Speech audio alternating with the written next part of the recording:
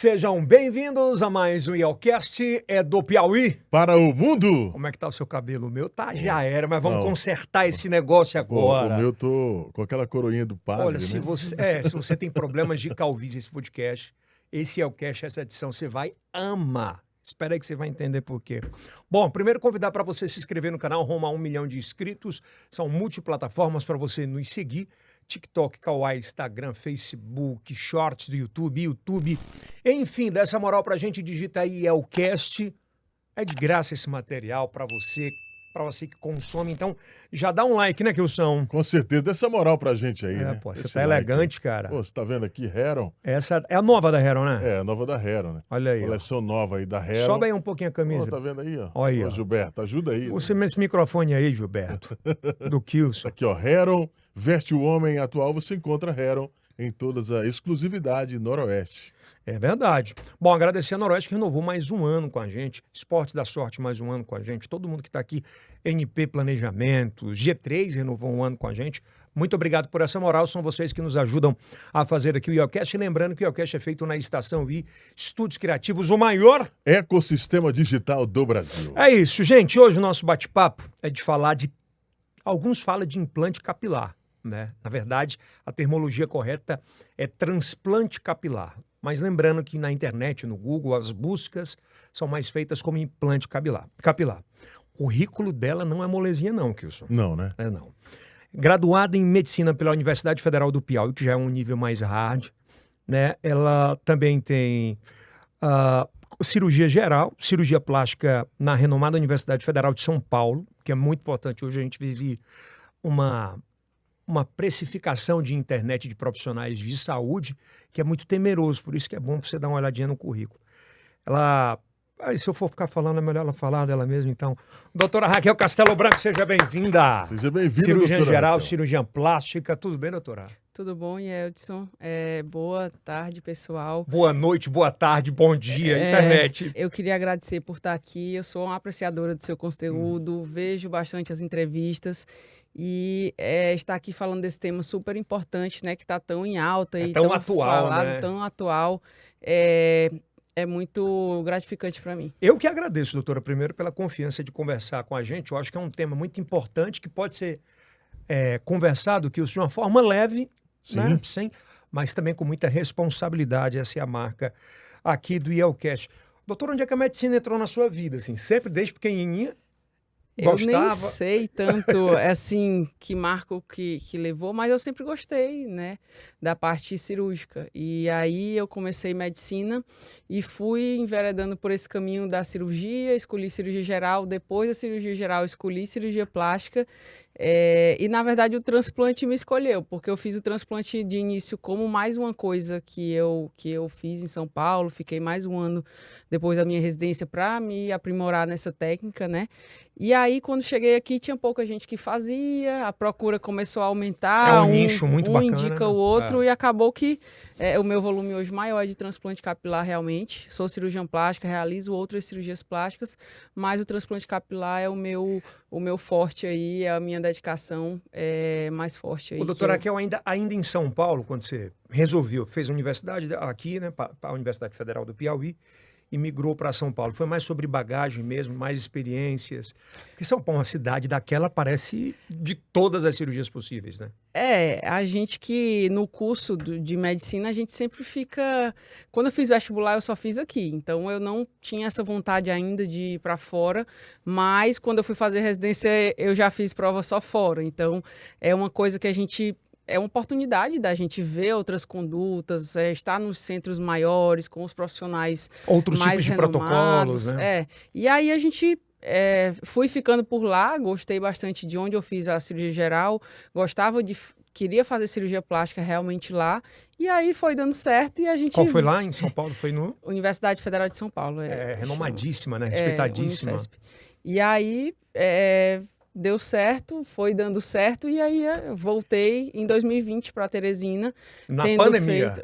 No comecinho. Cheguei, no outro dia fechou tudo. Meu Deus do céu. Deixa eu lhe perguntar uma coisa. Quando resolveu fazer cirurgia plástica, por exemplo, o processo de transplante capilar, ele foi mais para o fim dessa especialização Ou de cara você já encontrou esse mundo?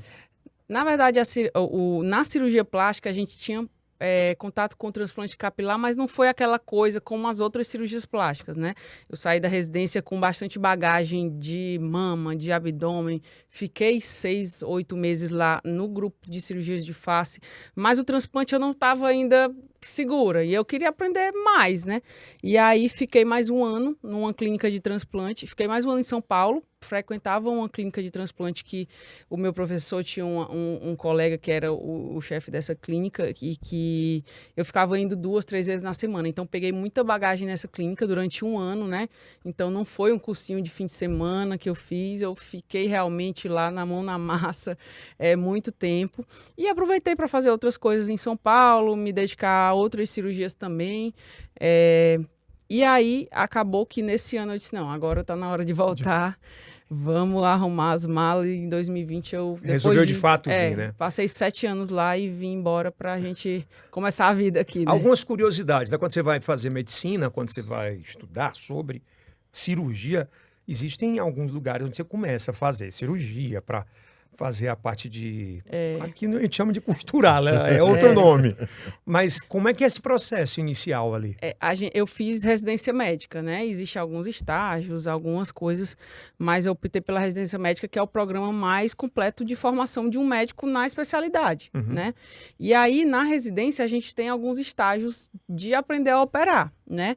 Eu digo estágios porque, assim, no primeiro ano você faz as cirurgias mais simples, sempre com o preceptor. Aí você, o preceptor, ele vai dizendo, ó, faz assim, faz assim. Claro, ele deixa você fazer só se você tiver estudado. Existem as perguntinhas da sabatina antes, que o médico que quer ser cirurgião, ele tem que ter a bagagem teórica para o médico deixar ele operar, né? Então, aí a gente vai, no começo faz apendicite, depois vai para a vesícula, que é um pouco mais Invasivo, complexo, né, aí depois faz a hérnia, então depois vai para as cirurgias do intestino. Então, existe um estágio para você, que você vai aumentando de nível e vai aprendendo a fazer aquilo sempre com supervisão. Então, a residência tem essa vantagem que você está com um médico, com o seu chefe, com o seu staff ali ensinando, fazendo, vendo se o ponto está certinho, não está, faz de novo. E é isso, o processo de treinamento de um cirurgião. Mas o processo capilar é da mesma forma, é feito em humanos, primeiro, sempre em humanos, ou utilizam de algumas técnicas para entender como é que funciona? Sim, o transplante, e daí quando a gente vai para a cirurgia plástica, a gente já é cirurgião geral, então a gente já tem aquela bagagem do ponto, da técnica, dos conceitos cirúrgicos, né? Então, no transplante, a gente fazia também junto com outro médico, e no começo a gente faz mais devagar, tem aquela aprendizado de tirar sem quebrar o cabelo, então a gente sempre tem outra pessoa ali fazendo para garantir que a cirurgia aconteça. A cirurgia vai ser bem resolvida, que o paciente não pode ali, ela está aprendendo, a minha cirurgia vai sair de qualquer jeito. Não, ele vai ter a cirurgia dele feita de forma completa, mesmo que a pessoa que está ali treinando está fazendo. Então, isso é um processo de treinamento que já é bem consolidado para dar certo, né? É um processo de residência médica. Aí o cara às vezes acha, Kilson, que é do dia para a noite, que o cara aprendeu assim, eu vou fazer transplante capilar. Mas hoje, infelizmente, a gente tem muito dessas na estética, que hoje por conta das redes sociais, é uma busca incessante. A estética é a menina dos olhos de ouro aí de todo mundo, né? Seja médicos ou não médicos. Hoje a gente forma muitos médicos e tem poucas vagas de residência. Então, fica muita gente ali no ocioso, vou fazer o quê? Vai para a estética, que é o que está aí no Instagram, que está dando dinheiro, vamos dizer assim.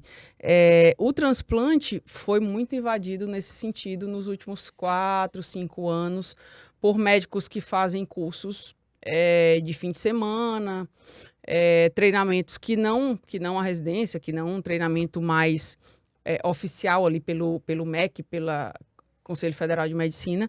E aí chegou uma avalanche de gente especialista em transplante. E aí o pessoal, e aí, Conselho Federal de Medicina, diga alguma coisa. Quem são esses especialistas? A pessoa pode se dizer especialista, fez um curso, pode se dizer. Em 2023 saiu uma portaria do Conselho Federal de Medicina, em agosto, de Brasília, que eles definiram isso aí. Então, você é médico desde 1957, se eu não me engano. O ato médico diz que toda pessoa médica que se forma, isso antigamente era super válido porque não tinha tanto as especialidades, né? Toda pessoa que se forma médico e está inscrito no CRM, ela pode exercer qualquer área da medicina. E aí, em 2016, que veio o Conselho das Especialidades, né, que definiu cada especialidade qual a área de atuação. E aí, com essa avalanche de médicos, tentou-se criar uma área de atuação de transplante para poder justificar que esses pacientes que fizeram esses cursos, esses treinamentos que não a residência médica, pudessem se dizer especialista. Aí o CFM disse, não, peraí, não é assim, você pode até fazer, mas você não pode ser o responsável da clínica que faz transplante e você também não pode veicular que você é especialista em transplante capilar se você não fez residência se você não é especialista, né, com RQE, que a gente chama, que é o Registro Qualificativo de Especialidade em Plástica ou Dermato. Então, isso é uma novidade. A fiscalização é quase nenhuma, inclusive quase ninguém sabe disso. Eu não sabia. Mas existe uma tentativa de padronizar isso aí, e aí a fiscalização ainda é pouca, mas existe essa demanda. Mas seria uma validação. CFM, uma validação, porque assim, o que eles falaram não adianta eu criar essa nova área de atuação, porque na verdade eu vou burlar o treinamento dos outros que estão fazendo ali de acordo com o que está preconizado, né, com a especialização realmente propriamente dita em dermato ou cirurgia plástica. É uma coisa nova, como eu disse, mas é uma coisa que tende a se estabilizar com o tempo, né? Isso é bom, né? É bom, porque o pessoal, isso é até uma coisa informativa, né? O pessoal, os pacientes precisam saber que existe essa tentativa de normatização por parte do CFM, né? Que existe É meio que legalizar, né? Alguma coisa que existe assim. esse direcionamento para todo mundo. Eu acabei, eu fiz isso, porque se abrir a internet tem curso de transplante de tudo quanto é jeito, né? Tem gente que ensinando transplante até para não médico, né? Hoje em dia, agora aí, com os transplantes de sobrancelhas, eles tentam mostrar que é simples a coisa para tentar justificar que qualquer pessoa pode fazer. Mas não é isso, né? A fiscalização ainda é pouca, mas já foi definido que é um ato médico, então só os médicos podem realizar o transplante capilar e, nesse sentido, o que o CFM fez? Se dizer especialista só se você for cirurgião plástico ou dermato. Isso é um decreto de 2023. Por exemplo, a gente vive numa era hoje de alta performance absolutamente em tudo, de escalonamento de negócios, né? Sim. E o transplante capilar passou a ser um produto de alta performance. Por exemplo, um escalonamento de transplante capilar. Não é melhor quem vai consumir esse tipo de serviço ter a certeza que vai ter um anestesista, ter a certeza que vai ter previamente uma parte cardiológica se tiver algum tipo de reação? Isso é importante para mim enquanto consumidor? Sim, com certeza, sim. Sem dúvida. Porque assim, eu sempre falo, se você for dizer para uma pessoa, o transplante é tirar cabelo, fazer o furinho e colocar o cabelo ali no lugar, né? O que o médico especialista faz? Ele vai ver o paciente antes disso aí, ele vai avaliar o pré-operatório, ele vai avaliar a sua condição física de operar, ele, se precisar, o cardiologista ver, o cardiologista vai ser consultado, vai ser liberado a parte cardiológica. O o especialista, ele tem mais noção. O que a gente aprende na residência? Senso estético. A gente sabe que não é qualquer desenho que a gente pode oferecer para um paciente que ele vai ficar ali com o resultado natural, que ele vai ficar satisfeito. A gente aprende sobre as complicações, né? Então, o manejo. Eu fiz assim, o resultado foi esse. Isso você só aprende num treinamento de longo prazo, entendeu? Então, um curso de fim de semana, você está vendo ali a pessoa que está ensinando a fazer, você não sabe o que aquilo gera, o que se der alguma complicação, o que o médico tem a lhe oferecer para lhe deixar seguro, para reverter aquilo. Então, as cirurgias, os transplantes capilares são procedimentos longos, né? Porque a gente tira os fios de um por um, depois a gente faz cada furinho de um por um, depois coloca o cabelo de um por um. Então, de 6 a 8 horas, 10 horas de cirurgia, o Conselho Federal de Medicina, ele preconiza que exista um médico responsável pelaquela sedação daquele paciente, se o paciente for submetido à sedação. E que esse médico... Pô, mas tem gente que usa sem sedação, doutora. Sim. Não acredito. Meu Deus do céu. Tem muita gente que faz... os meus transplantes sempre são com anestesista. Na sala, o tempo todo, o paciente monitorizado, pressão, oxigênio. O médico... Existe outro médico para ver aquilo. Não sou eu que estou ali com a fazendo atenção tudo, né? na cirurgia, mas olhando para o monitor, olhando se tem algum problema, olhando o sangramento. Não. Existe um procedimento longo, precisa ter outra pessoa que não do ato cirúrgico responsável pela sedação daquele paciente. E isso torna o procedimento mais seguro e muito mais confortável para o paciente, né? O paciente dorme durante a cirurgia. Lá, se eu vou fazer a minha, né? Então eu não vou ficar acordado ou não vou ter dor ali na hora. Não, o paciente dorme durante todo o procedimento. 8 horas. 8 horas, né? Não é um sono contínuo, nem profundo, nem aquele que não está vendo nada. O paciente oscila. Está na hora da anestesia local, que a gente vai fazer o bloqueio da área, que tem as picadinhas, você vai dormir um pouco mais profundo para você não sentir. Imagina você sentir 100, 200 picadinhas aqui se você não está sedado, entendeu? Se você não está dormindo. Então, é um procedimento que não é confortável para os pacientes que não utilizam essa comodidade da sedação com o anestesista. Agora a gente vai começar com as dúvidas que o senhor... Agora sim. Porque, por exemplo, eu tinha muito medo ou dúvida. Eu me lembro que há uns 8, 9 anos atrás começou muito forte a parte de... A galera viajava para fora do país para fazer, Sim. né? E quando voltava, falava, mas dói. Mas eu não consigo banhar no outro dia. Tudo isso mudou muito, doutora? O transplante evoluiu bastante, né? Tanto na parte de recuperação, como do ato cirúrgico em si. Tá? Antigamente o pessoal via um resultado de transplante, eu nem quero fazer, porque aquilo ali ficava artificial, ficava aquela plantação, como é que o pessoal falava, cabelo de boneca, né? Se usavam punches muito grandes, vinha um tufo de cabelo, o cabelo ficava colocado mais separado, não tinha esse senso estético tão importante do desenho ser natural. Então, com a evolução das técnicas, hoje a gente faz o transplante que praticamente passa despercebido se é um transplante ou não.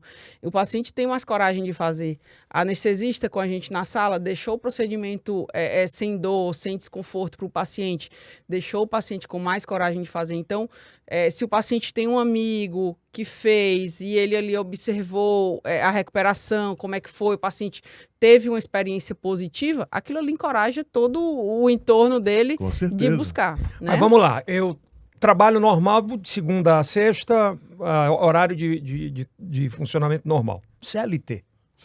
Né?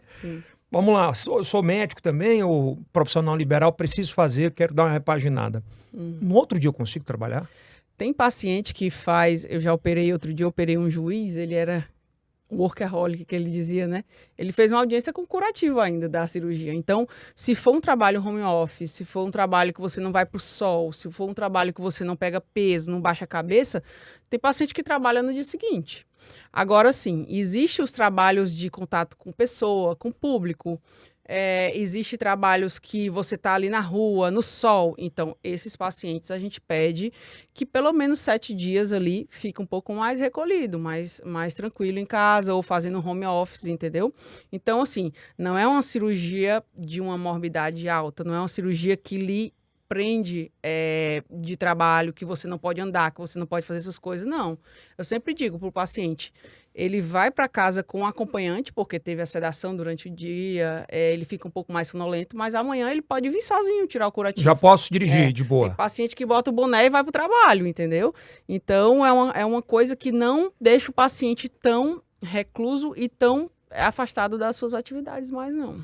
Para nós que somos repórteres, apresentadores e que estamos expostos realmente ao público, como fazer realmente ficar em casa. Vamos lá, vamos imaginar que eu e o Kilson, eu vou fazer meu transplante, inclusive no final desse bate-papo, o doutor vai mostrar como é que vai ficar mais ou menos a demarcação, Kilson. Certo. Mas vamos Ao lá, vivo.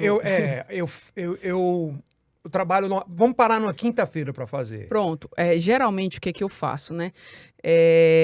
A gente costuma operar segunda e quinta os transplantes, porque a gente tem 2 demandas de pacientes. Por exemplo, semana que vem eu vou operar um paciente que ele trabalha com depósito de bebida. Então, doutor, eu quero operar na segunda-feira. Sexta-feira eu tenho que estar no batente. Pronto, a gente opera na segunda-feira. Tem gente que na segunda-feira tá lá. Outro dia eu operei um ortopedista. Ele, não, segunda-feira eu tenho que estar operando. Eu cancelei esses dias, mas eu não posso ficar muito dia. Aí opera na quinta. A gente opera, tenta adiantar um pouquinho na semana para poder ele voltar já na segunda. Então, existem essas demandas de diferença de cada paciente, mas a gente adequa para a gente oferecer esse melhor resultado aí, melhor recuperação aí para cada paciente. Por exemplo, eu acho que é muito sobre isso também, né? Você é uma personificação da sua cirurgia. Você não vai entrar numa larga escala de ter que fazer o mais rápido, porque tem outro atrás de você para fazer. Eu acho que é bem isso também, né? O transplante exige muita paciência do cirurgião e tem que gostar da cirurgia, porque você tira cabelo, tira mais, para você entregar aquele resultado grande, cheio para o paciente, que a gente cubra toda a área de uma cirurgia só. Então, eu sempre digo, chega paciente com a foto, eu fiz 2 dedinhos de transplante e foi isso que disseram que deu. Eu disse, eu não sei o que fizeram, como é que fizeram, mas o que eu tento dar para o paciente é a maior cirurgia que a gente consegue numa vez só. Mesmo que a área dele seja, por exemplo, a frente. Mas ele é um paciente jovem, aquela calvície a gente sabe que evolui, então vamos fazer um pouquinho mais, vamos cobrir para ele não precisar de outra, entendeu? Ou seja, fazer o serviço completo, né? Então fazer assim, só por isso que eu pouquinho. digo, o cirurgião tem que gostar daquilo ali, porque senão ele faz, entrega e é aquilo ali, entendeu? Então as nossas cirurgias, eu tento ser as maiores possíveis, né? Que também depende da área doadora do paciente. A cirurgia, a gente tem a nossa limitação, que é o que você tem para doar, entendeu? Claro, a gente pode pegar cabelo da barba? Pode. Para complementar. Se eu não tiver o suficiente na cabeça, tira da barba. Mas assim, em que pacientes a gente vai para a barba, né? Os pacientes de primeira cirurgia, geralmente a gente consegue fazer a cirurgia toda com a área doadora do cabelo, que é a melhor, é a mais natural. A barba é um pelo um pouco mais grosso. Tá? Mas chega paciente que já fizeram tem aquela área doadora já estragada, porque às vezes eles em alguns lugares, né, alguns profissionais quebram muito o cabelo na retirada. Então, isso também é uma coisa de experiência, né, de treinamento. Você faz a cirurgia para ninguém perceber que você tirou o cabelo dali. Por quê? Porque você aproveita o máximo que você tira. Tá? Então, alguns pacientes chegam para a gente fazer cirurgias de correção já com a área doadora mais desgastada, mais rala, né? Menos densa. Então, a gente complementa com a barba. Como é importante a escolha do profissional. Eu conheço vários amigos meus que vão para a terceira cirurgia de transplante capilar. Às vezes não é o preço, às vezes é a imaturidade da escolha. Então, não é um procedimento que você tem que escolher do dia para a noite, com um profissional do dia na noite para fazer, né, doutora? Eu sempre falo, pergunte para quem fez, veja que alguém já fez com aquele profissional, como é que é o cuidado dele, né? Como é que é a cirurgia que foi feita, a disponibilidade dele lhe atender se acontecer alguma coisa, né? Então, as cirurgias, hoje, com esse avanço, com esse aumento de profissionais oferecendo transplante, tem aumentado muito a nossa procura por cirurgias reparadoras, né? Cirurgias de correção. De correção de quê? De correção de linha mal feita. Linha é o desenho. De desenho artificial, de correção de direção do fio, porque assim, a cirurgia, como eu falei, né, são 3 passos, mas existe uma infinidade de detalhes que fazem aquela cirurgia ser natural. O jeito de colocar o cabelo é né? Primeira coisa, o desenho, né? Você não pode fazer aquele desenho reto, nem arredondado, que rosto de homem tem que ter entrada, tem que ter os traços, ele tem que manter os traços masculinos. Tem um amigo meu que fez cirurgia, pareceu a metade de uma bola aqui na cabeça. Às vezes bota um molde e faz ali, né? Eu nem uso molde, eu faço de acordo com o rosto, né? Tem rosto mais arredondado, a gente faz um pouquinho mais arredondado, tem rosto mais pontudo, tem rosto mais comprido, a testa tem que ser maior, para combinar com o rosto do paciente. Tá? Então, hoje a nossa demanda é basicamente metade só recuperadora. De cirurgia reparadora. Né? Bom, doutora, nós temos alguns casos, assim, que podemos aqui, para a vida real, um cidadão que ele tomou bomba, eu conheço, ele tomou bomba, aquela hormônio. De cavalo, e caiu o pelo das sobrancelhas, também do cabelo. Caramba. É possível fazer um transplante capilar? A calvície, ela é uma doença que é muito acelerada pelo hormônio masculino, né? Então, a calvície é o nome popular da alopécia androgenética, né? É uma queda de cabelo determinada geneticamente e tem uma influência grande da parte hormonal, tá? Ao longo da vida, a gente supõe que 70% dos homens vão ter calvície ao longo do tempo, até 70 anos. Mas o uso de hormônios, ele acelera muito isso aí. Então, muito em que nível? Assim, tá programado para cair daqui 5, 10 anos, cai tudo em 1 ano, 2 anos. Puts. O que tá programado, entendeu? Não deixa de ter uma predisposição genética, é isso que eu tô querendo dizer. Mas é acelerado pelo uso do hormônio. O que é interessante? Existe a área doadora, que a gente tira o cabelo, e existe a área receptora, que é a área de calvície, que vai receber o fio. A área doadora é uma área permanente. Se você observar, muitos pacientes, eles têm calvície em cima todo, mas sempre tem aquele cabelinho aqui do lado. É mais ou menos, mas tem. Por quê? Porque essa área ela não tem o receptor para o hormônio que faz o cabelo cair, que é o DHT. Ah, é verdade, por isso que fica mais aqui só. Então, esses pacientes que tomam o hormônio geralmente acelera a calvície, mas mantém na área doadora. Então dá. Dá. Então, dá, mas depende da proporção que ele tem para doar, da quantidade que é a área de cobrir. Pronto. Né? Qual é o mínimo de área doadora que o homem tem que ter para um transplante ser bem sucedido, capilar? Na verdade, não tem um mínimo, porque, assim, depende do tamanho que a gente tem para cobrir, tá?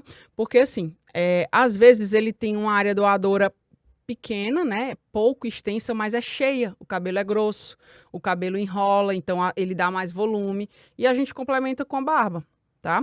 Às vezes ele tem aquela área doadora até um pouquinho mais extensa do que o outro, mas o cabelo é fininho, quebradiço. Então, a gente faz a gente faz as prioridades na cirurgia de cobertura, né? Prioridade sempre à frente de um paciente que tem uma calvície extensa. Então, a gente prioriza reconstruir essa moldura do rosto, que é o que dá o aspecto de jovial, e conversa com o paciente, você tem pouco cabelo, a nossa proposta é essa, você topa, entendeu? Eu tenho muitos pacientes de área grande também. E a gente, bem conversando antes, eu gasto um tempo na consulta para explicar a sua cirurgia, o tamanho dela é o tamanho que a gente tem para doar. Então, o paciente aceita, fica feliz. Por quê? Porque a gente combinou antes que a cirurgia não ia cobrir até lá atrás. Por quê? Porque é um erro você cobrir uma calvície grande e espalhar o cabelo na cabeça toda. Por quê? Porque fica ruim na frente, no meio e no fim.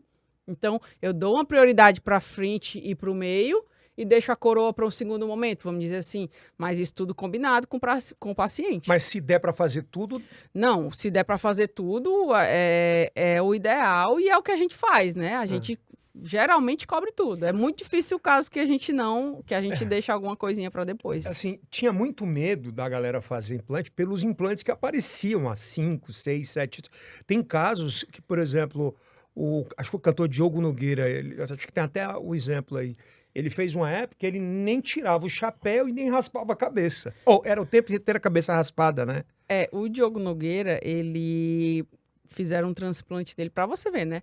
É uma pessoa instruída, uma pessoa que tem dinheiro, talvez não tenha procurado por isso, mas um paciente que o transplante capilar ficou totalmente artificial. E se você observar, o Diogo Nogueira nunca deixou o cabelo crescer. Eu acho que ele está tirando, na verdade, os fios do transplante, porque ficou, se você observar, ficou um desenho reto. Mas sem tá entrada. tipo uma capinha e o cara cortou e botou, né? Sem entrada, né? E a gente usa essa foto porque é uma foto que tá na internet, né? Mas não querendo Por exemplo, falar pra ele, qual era o melhor... Se você tivesse feito a cirurgia nele, qual era o melhor formato pro rosto dele? Eu teria feito um desenho mais proporcional ao rosto dele e deixava uma entrada, porque o rosto masculino tem que ter Essa entrada. entradinha aqui. A gente desenha para trás, mas não é essa coisa reta e redonda desse jeito que tá nele. Esse tipo acaba atrapalhando muito os cirurgiões que se preocupam absolutamente com esses desenhos mais modernos. Isso desencoraja muito paciente que já tem medo, porque assim, o principal medo, o que é o principal medo do transplante, das pessoas que querem fazer o transplante? É de ficar artificial. É muito mais estigmatizante, é muito mais é muito pior para o paciente um transplante mal feito do que a própria calvície. Então, num caso desses, ele desencoraja muita gente, né? Mas, assim, o que a gente explica? Pesquisa a pessoa que vai fazer os casos, alguém que já operou com ele, ver como é que tá. Um transplante bem feito não é para perceber que fez transplante. Qual é a entendeu? técnica mais usada hoje? Hoje a gente usa a técnica FUE, né? Que é a extração de unidade folicular, é uma sigla, né? É a cirurgia que o pessoal chama fio a fio aí. A gente raspa o cabelo, né? Tira lá da área... essa técnica. Tira da parte da área do adoró. Tá vendo o exemplo ali? Esse é o exemplo mais clássico de calvície, né? É uma calvície mais avançada, né?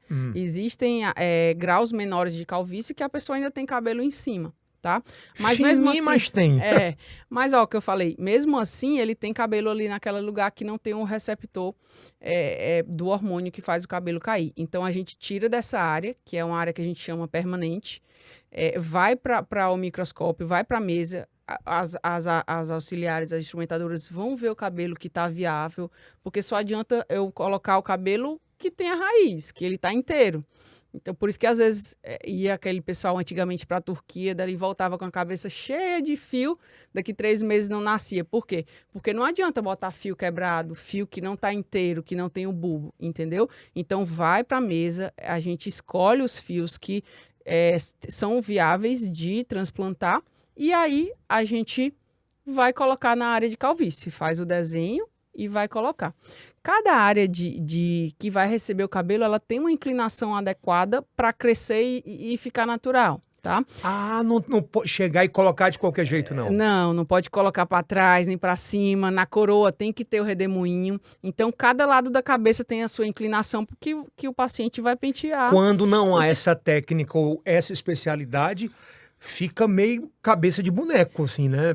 Quando não há esse cuidado, o cabelo nasce de uma forma artificial. Tem paciente que nasce o cabelo para trás. Eu tinha um paciente que dizia, doutora, parece que... Ele chegou para fazer uma cirurgia corretiva, né? Doutora, parece que eu tô andando de moto o tempo todo. O cabelo fica para trás, é verdade. Ele era para trás. Já chega paciente com o cabelo na coroa todo para cima, que o paciente bagunçava na frente, bagunçava atrás para ficar mais homogêneo. Então, tem coisa de todo jeito que chega, mas cada lugar tem um detalhe para que fique natural. Doutor, vamos falar sobre um assunto. Muitas pessoas já sofreram um acidente, aquelas pessoas que sofreram, como eu também sofri, tive um scalp. E minha cabeça abriu. Uma cicatriz. E fiquei com a cicatriz, mas minha cabeça ela abriu praticamente toda. E eu tenho aqui essa calvície. Sim. É possível? Nas cicatrizes, o que a gente deve observar, né? Existem cicatrizes que são mais finas, cicatrizes que são mais grossas, mais fibrosadas, principalmente cicatrizes de queimadura. Nessas cicatrizes, a gente precisa avaliar se a gente não precisa de um tratamento prévio para que ela fique um pouco mais maleável, mais amolecida, e o cabelo tenha uma pega maior ali, porque a cicatriz é uma área de fibrose. Então, cicatrizes finas, cicatrizes moles que você pega, ela está ali numa qualidade que a gente chama uma qualidade boa, o cabelo pega tranquilamente na cicatriz. É até uma indicação de cobertura, camuflagem, né? É uma indicação de camuflagem. Às vezes na barba, às vezes aqueles pacientes que tinham lábio leporino, sabe? Que tem um risquinho, a gente faz o transplante de fio de barba em cima. Cara, então, essa aí é eu não uma sabia, boa indicação. Não. Essa, de verdade, eu não sabia nem que existia essa possibilidade de cobrir. Sim. Como é que chama? A cicatriz do lábio, né? É. Tanto o lábio leporino, que chama, né? A fenda labial, como transplante de barba em geral. Mas se for só nesse lugar, dura em média o quê? E é rapidinho, porque são poucos fios, né? Não, eu digo não cobertura no lábio, aqui na parte do bigode. Né? Hoje tem muita procura por isso, em nível de Brasil, ou tem muito desconhecimento? Não, é desconhecido. Existe um aumento de procura hoje por transplante de barba, mas os transplantes nas cicatrizes, os pacientes hoje estão cada vez mais se tornando cientes que tem resolução e estão procurando. Mas ainda não é muito frequente, não. Por exemplo, eu vejo hoje os caras, por exemplo, o Gustavo Lima, a barba dele é daqui até aqui, né? Aí fica meio, não sei se é estranho. Qual é o convencional para o rosto masculino?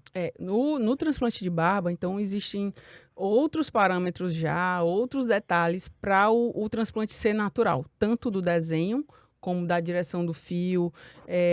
E existe uma possibilidade, às vezes eu pergunto, eu mostro alguns exemplos de barba, de o que você mais gosta. O paciente escolhe ali dentro de um limite, porque assim, a barba, ela sai do canto da boca ou um pouco abaixo. Ela não pode sair muito acima, porque senão fica artificial. Existem alguns parâmetros naturais que você deve respeitar para que aquele resultado fique natural. Por exemplo, na barba, o fio, ele é quase deitadinho, quase paralelo à pele. Se você faz um pouco mais inclinado, a barba nasce para cima. Esse é um exemplo, né, de transplante de barba. Esse é um transplante de barba que, se você não observa os detalhes da barba, que não são os mesmos da cabeça, né, esse transplante também fica artificial. Na primeira foto você vê ali que ele mal tinha pelo aqui, né, embaixo tinha, e é como você falou, paciente... é do canto da boca... Esse paciente, o que a gente pergunta, alguns detalhes antes da cirurgia, por exemplo, esse paciente eu perguntei, você quer que a barba chegue lá no bigode ou quer que deixe essa falhazinha que às vezes tem? Aí ele, não, eu vou pensar, doutora. Aí no outro dia ele disse, não, eu quero que deixe esse espacinho. Porque assim, existem algumas coisas que a gente... tem essa variação, mas existem coisas que não. Por exemplo, eu quero que minha barba saia daqui de cima do bigode. Não, eu não vou fazer porque não é natural, entendeu? Não está respeitando o parâmetro de naturalidade. Então, cabe ao profissional chegar para o paciente e dar essa clareza para ele. Pra você ver como é importante essa questão até da colocação do fio para baixo, né? Sim. Tem artistas, cantores famosíssimos, você vê a barba tá assim. O cabelo que você transplanta, ele nasce de acordo com a inclinação que você coloca. Então, por isso que isso é uma parte do cirurgião. Você não pode delegar para outra pessoa, para a instrumentadora, para o seu auxiliar. É uma parte que eu faço na cirurgia inteira. Todos os orifíciozinhos, com direção, com profundidade. Isso aí é que vai definir como vai nascer o cabelo. Na hora que você vê uma barba implantada ou um transplante capilar, dá como especialista, como quem estudou muito sobre isso, fizeram errado, colocaram para cá. Você não vai estar falando, mas... Não, mas a gente observa, né? Às vezes a pessoa que anda comigo já tem essa... Tu tá olhando alguma coisa ali, tipo assim. Mas eu não, é discreto. Mas a gente percebe quando tem alguma coisa que sai do normal. Há uma busca hoje gigantesca por conta das redes sociais. Você abre o telefone, o cara tá com o rosto o tempo inteiro na tela, né? Barba, mulheres fazendo transplante capilar, mulheres fazendo transplante de sobrancelha, porque a gente viveu uma época da pigmentação, agora estão tirando. Agora o pessoal está indo para o aspecto mais natural, né? Buscando naturalidade. Mas existe essa tendência das pessoas estarem se mostrando mais e querendo estar cada vez melhor com sua imagem, né? Eu tenho um paciente que ele é dentista, e ele fez o transplante e ele disse, doutora, meu consultório está voando depois. Você vê, cada área da vida cada pessoa tem uma área que ela tem ali aquele incômodo e que a calvície deixa ela um pouco mais travada. Então ele disse, depois ele faz vídeo, ele se vende, ele está se mostrando depois que fez o transplante. Então assim, é só o cabelo? Não, é a vida toda do paciente que está ali. Que está em jogo. Que está em jogo e que ele está resguardando, prendendo e com falta de liberdade por conta disso. Manda agora esse aviãozinho aí no Instagram para todo mundo. A pergunta é, a mulher que se arrependeu de fazer a pigmentação, conseguiu retirar, vamos lá, através de laser, mas perdeu boa parte da sobrancelha. Dá para fazer esse transplante? É muito procurado hoje? O transplante de sobrancelha é cada vez mais procurado. Porque, nesse sentido, as pessoas querem a naturalidade, né? Por muito tempo não existia essa possibilidade, então as pessoas iam para a pigmentação. Alguns pacientes têm a sobrancelha mesmo mais fina, outros têm trauma, às vezes tem um paciente que teve queimadura e não tem, então tem a possibilidade de fazer o transplante de sobrancelha. Assim como na barba, existem algumas características na sobrancelha que a gente tem que respeitar, então direção do fio, o fio ele tem que ser os fios mais fininhos da cabeça, a gente usa a área doadora da cabeça também. Então a gente procura os fios mais fininhos, Se é transplante de cabelo, a gente quer os mais densos, né? Na sobrancelha, a gente quer os mais delicados. A gente tem que ir acompanhando toda a direção do fio, que é diferente na sobrancelha. Então, no meio ele é para cima, mas aqui de lado ele já é mais de lado, entendeu? E é uma dúvida muito comum dos pacientes. E aí? A sobrancelha vai crescer e vai ter que cortar assim? Porque ele vai com a característica de onde a gente tirou.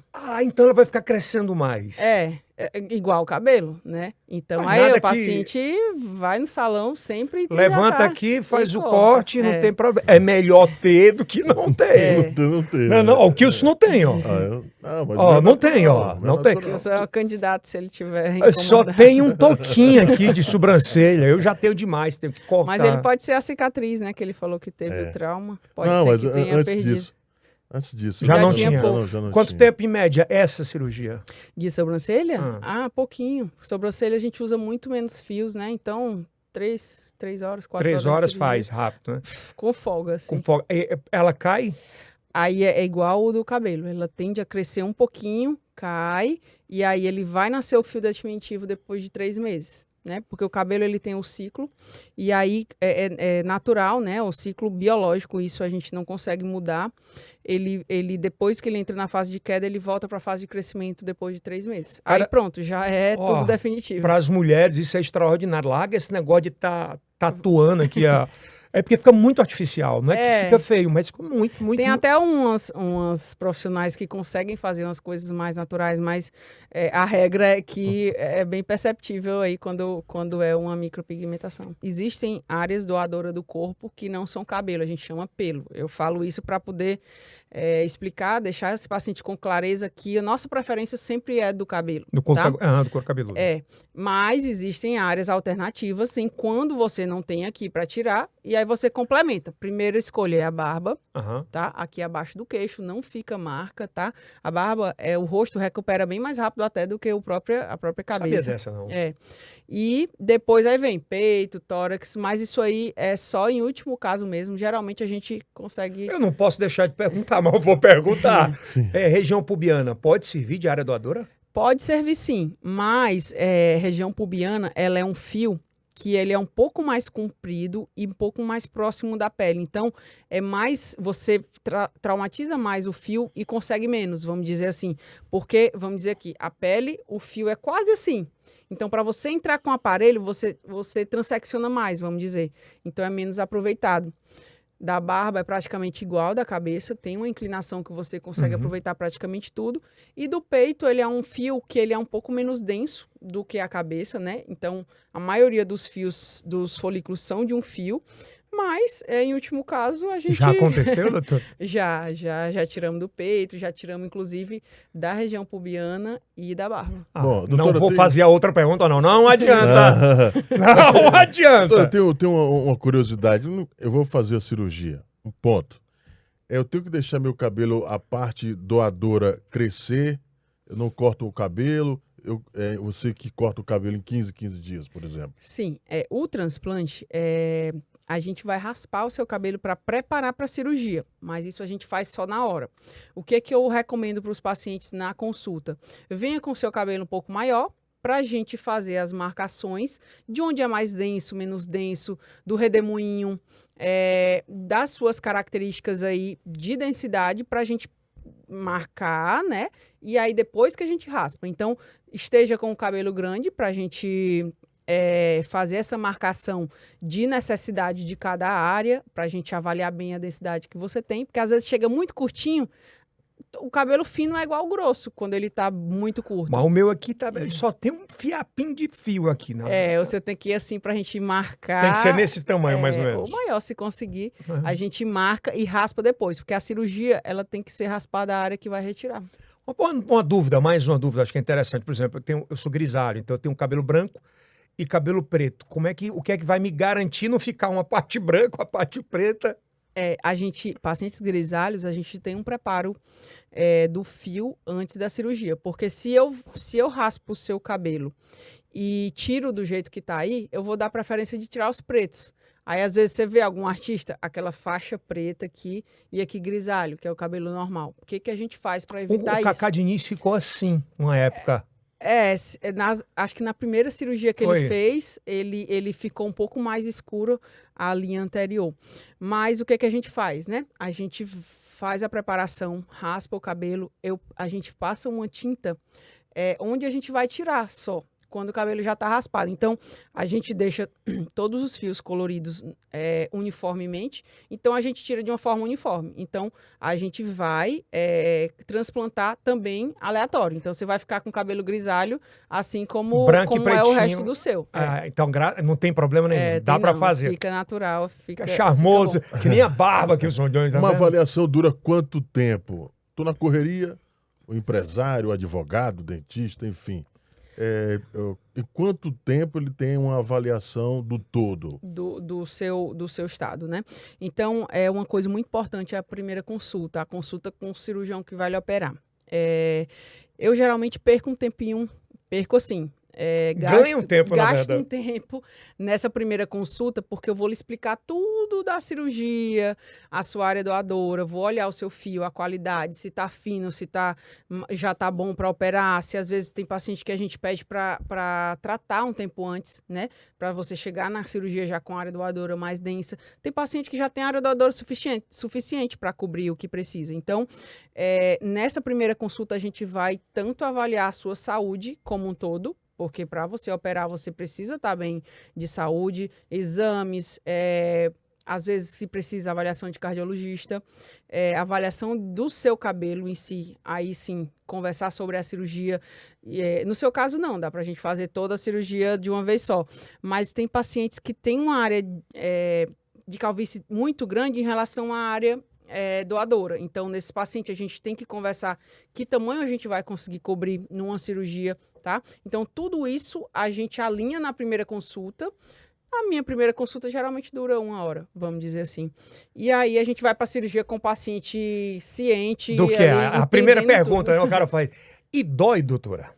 Dor. Então, eu sempre digo, paciente que fez transplante reclama que doeu, ou ele fez sem anestesista, ou então ele fez aquela técnica antiga, que era o FUT, que tirava a faixa de cabelo antes e ficava aquela cicatriz, ali doía bastante, tá? A cirurgia hoje do transplante, ela evoluiu de uma certa forma que a gente tira fio por fio, tá?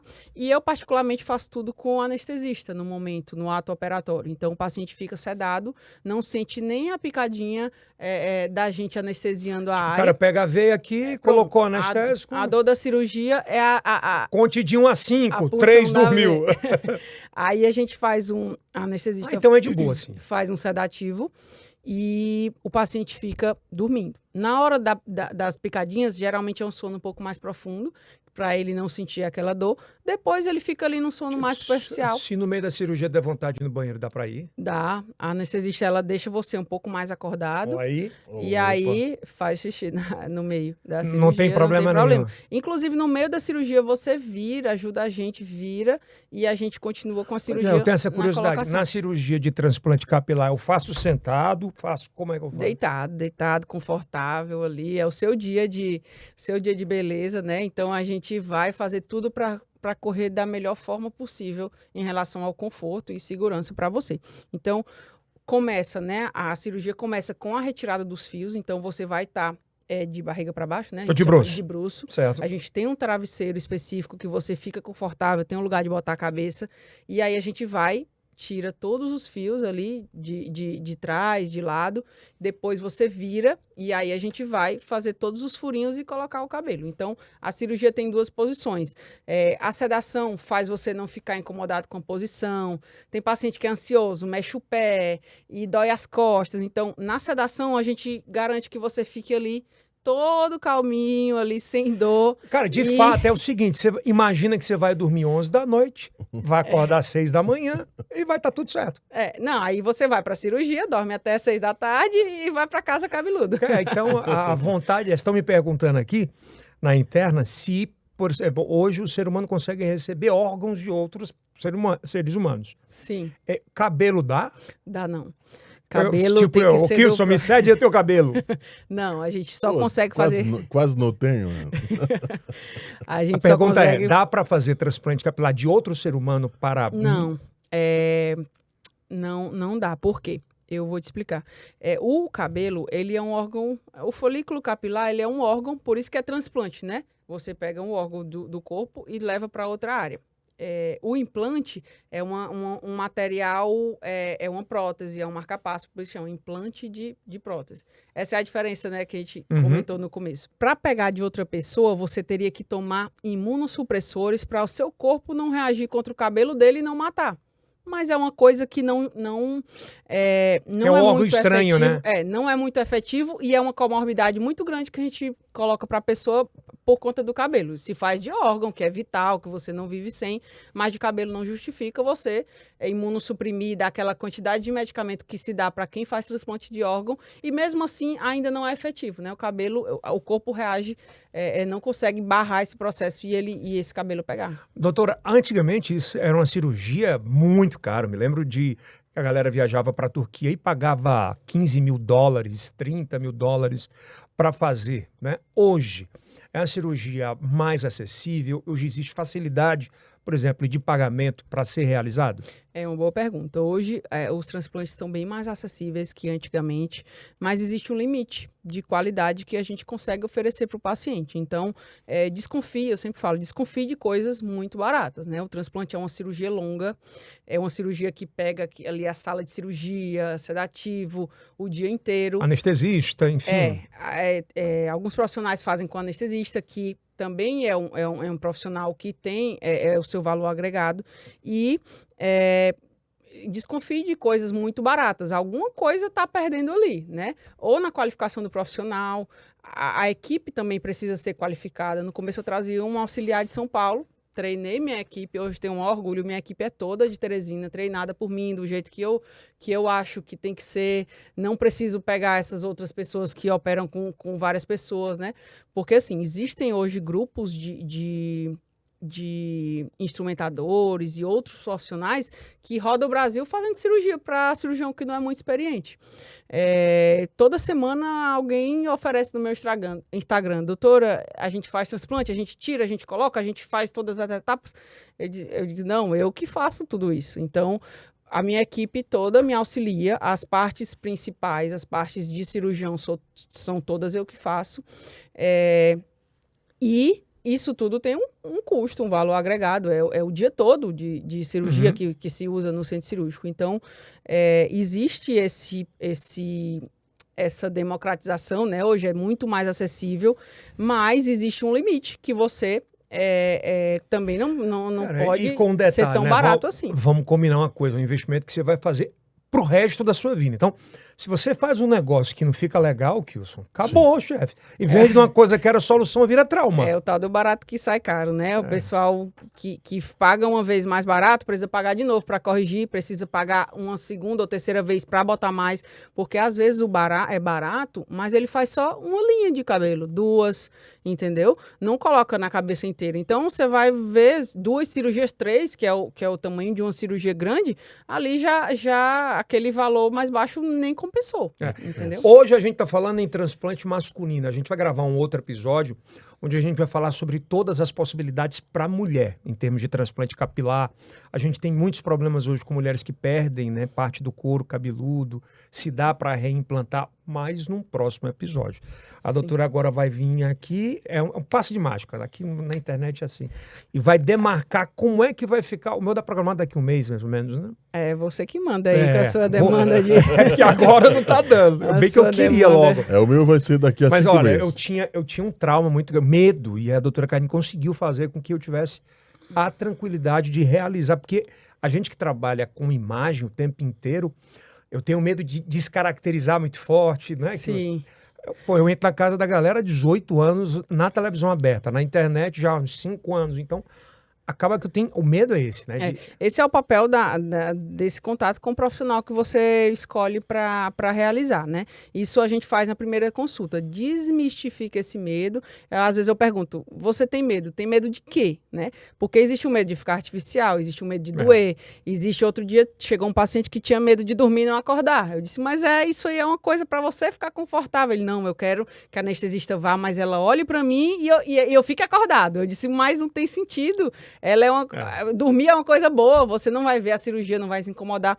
E esse paciente, depois da cirurgia, ficou super feliz. Mas ele passou acho que foi 8 meses para ter coragem de operar entre a consulta e a cirurgia.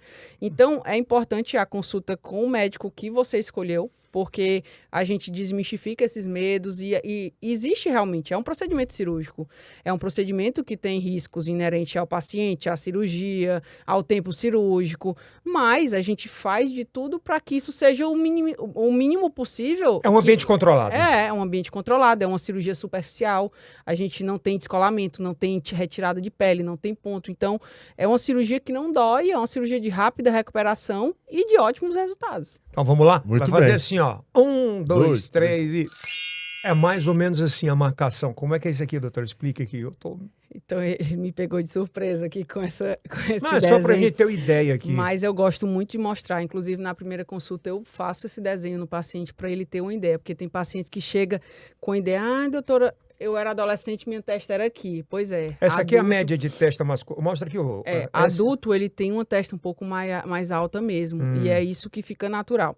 O que a gente desenhou ali? Então, o cabelo, ele vai para trás. Então, ele faz essa entrada, tá? E... Aqui, bota aqui, isso. Então, ele faz essa Aqui... entrada, a gente diminui a entrada, mas o paciente masculino, ele tem que ter entrada, tá?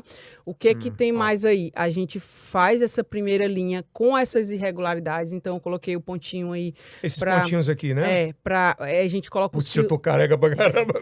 Os fios mais fininhos ficam nessa linha anterior e nessas irregularidades, para poder não ficar aquela coisa reta de régua. O que é o feio, né? Tu viu isso como é que deixa ficou muito lá artificial. E aí, o que mais que a gente pode explicar? Depois da primeira linha, aí já vem os fios mais grossos, mais densos, porque aí a gente não quer que a pessoa olhe e fique vendo aquele fundo, aqueles fiozinhos separados. Tipo, espaçados demais. Então, a frente é o principal. Então, essa primeira parte aqui, ela é fundamental, né? É fundamental. Ainda mais que essa primeira parte é onde você não tem cabelo. Então, aí a gente tem que botar... Sem perder a característica, né? A gente tem que botar na densidade máxima. Por quê? Porque aí vai ser só o cabelo do transplante. Tá? Aí depois a gente vai botar para dentro do seu e aí faz até lá atrás. Para fechar aqui uma dúvida, por exemplo, a idade, né? Eu tenho 40 e alguns. O cabelo melhora ou piora? O cabelo, com o tempo, ele tende a calvície ir avançando. Então, ele vai ficando mais fininho, tá? O cabelo do transplante, ele tende a nascer mais grosso, porque ele é parecido com esse cabelo da lateral. Então, tem paciente que fala, mas aqui era fininho e agora ficou grosso. Porque aí o fininho é o cabelo doente, é o cabelo calvo, é o cabelo que está atrofiando para cair. Tá? E esse outro é o cabelo forte. O cabelo mais grosso, que é o cabelo da lateral. Mas é o mesmo seu cabelo. A gente vai só redistribuir de um lado para o outro. Agora eu vou ter cabelo. O cabelo mais saudável, né? Então não tem idade para o transplante, pessoal, só respondendo. Eu já fiz transplante de paciente com 19 anos. Esse paciente chegou para mim com 18, com quase tudo caído já. A gente passou uns 6 meses tratando para não fazer ele nessa fase ativa de queda, mas fez ele com 19 anos. Já fiz transplante de paciente com 74 anos, tá? E se achando boy, o cara. Ele é o paciente mais feliz que eu tenho. Indica os amigos, vai, leva. Então, lá na clínica todo mundo conhece ele e ele é super empolgado com o transplante dele. 74 anos. 74. Tá? Então não tem idade. Se meu pai ver esse podcast aqui. Inclusive, o que o transplante faz os pacientes se cuidarem mais, né? Às vezes ele volta, faz um botox, faz um preenchedor. Já tive paciente que fez lipo de papada depois. Tudo isso você faz, né, doutora? A gente faz. Eu tenho formação de cirurgia plástica, a gente consegue agregar. Existe paciente que faz blefaroplastia depois. O então, que é? Aquela cirurgia da pálpebra. Que levanta. Que é caída. Pode levantar ou pode só tirar o excesso de pele, né? Então, o paciente, ele se olha mais, ele se cuida mais e ele se permite, né? Depois do transplante. Eita, isso é bem interessante. Agora vou ficar um menininho de 18 anos. Bom, doutor, é o primeiro de outros papos. Só quero agradecer primeiro a disponibilidade, acho maravilhoso. Sensacional. Doutora Raquel Castelo Branco. Esse episódio vai estar disponível aqui no primeiro link da descrição, no Instagram dela. As redes sociais também vai estar disponível para caso você queira entre em contato. Isso aqui não é tatuagem, calma. Eu vou já tirar. Não, eu vou tirar já, mas é só para a gente ter uma ideia de como é que vai ficar. Mais uma vez, obrigado. Obrigada, Yeldson. Obrigada pelo convite. convite. É muito interessante a gente esclarecer isso aí para os pacientes, né? Tirar um pouco desse medo, desmistificar. Muitas dúvidas. E eu estou sempre disponível, assim, Muito obrigado, eu que que agradeço. precisar, a gente está às ordens. Próximo a gente vai falar de outros procedimentos de cirurgia plástica, achei muito interessante, tirar dúvidas, enfim. Que você vai fazer o quê? Sobrancelha? Também. Também, né? A da sobrancelha fica legal. Agora, E o tu cabelo? acha que dá pra tirar um pouquinho da pálpebra, ou é porque o olhinho tá pequeno mesmo? Já vai achar defeito aí. Bom, isso aí é o cast do Piauí para o Mundo. Até a próxima.